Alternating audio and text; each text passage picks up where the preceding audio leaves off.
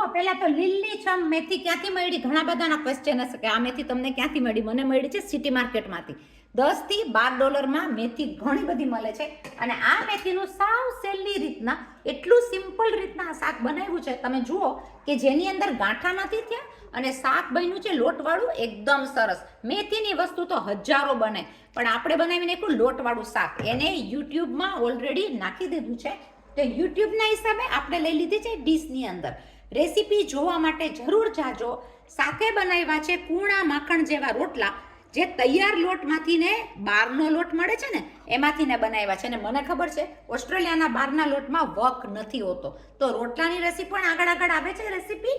અને તમે રોટલા બનાવ્યા સાથે લોટવાળું શાક બનાવ્યું તો જરૂર બનાવજો. મારી રેસીપીમાં જરૂર જાજો. તો કાઠિયાવાડી વસ્તુ બનાવવાની સાવ ઇઝી સહેલી રીત, ટિપ્સ અને ટ્રિક્સ સાથે કઈ રીતના લોટ ભેળો, કઈ રીતના આપણે